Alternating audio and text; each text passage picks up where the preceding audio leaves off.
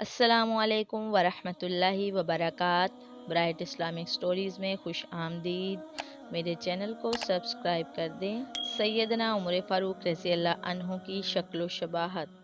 امیر المؤمنین سیدنا عمر فاروق رضی اللہ عنہ کا حلیہ مبارک کیسا تھا؟ ان سے محبت اور عقیدت رکھنے والا ہر شخص خواہش رکھتا ہے کہ وہ ان کی شکل و شباہت کے بارے میں معلوم کرے۔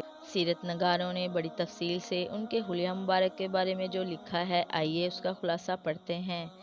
سیدنا عمر فاروق رضی اللہ عنہ عام الفیل سے 13 برس بعد پیدا ہوئے۔ ان کا رنگ نہایت سرخ و سفید تھا۔ آپ کا چہرہ سرخ گالوں، خوبصورت ناک اور پرکشش آنکھوں کا حسین امتزاج تھا۔ سیدنا عمر فاروق رضی اللہ عنہ دراز قد اور مضبوط جسم کے مالک تھے۔ آپ کے ہاتھ پاؤں خاصے بھاری تھے، جنہیں دیکھ کر صحت مندی کا احساس ہوتا تھا۔ سر کے بال سامنے سے جھڑے ہوئے تھے۔ لمبے قد کی وجہ سے آپ ہر جگہ نمایاں نظر آتے تھے۔ ہجوم میں آپ کو دیکھ کر ایسا محسوس ہوتا کہ آپ سوار ہیں اور دوسرے لوگ پیدل چل رہے ہیں۔ اپنی داڑھی کو مہندی لگاتے تھے۔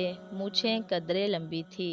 چلتے وقت تیز تیز قدم اٹھاتے اور بلند آواز سے گفتگو کرتے۔ آخری عمر تک وہ ایک طاقتور، مضبوط اور توانا انسان تھے۔ بہت کم ہنستے تھے۔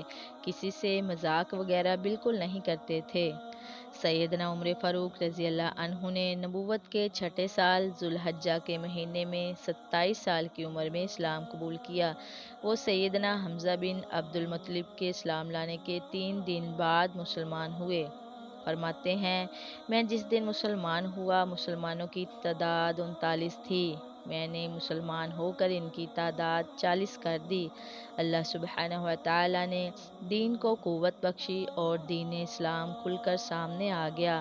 اس وقت مسلمان ہونے والی عورتوں کی تعداد 11 تھی۔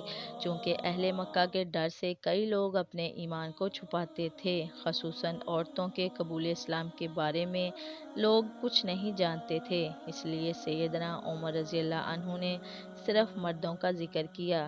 جزاک اللہ خیرہ۔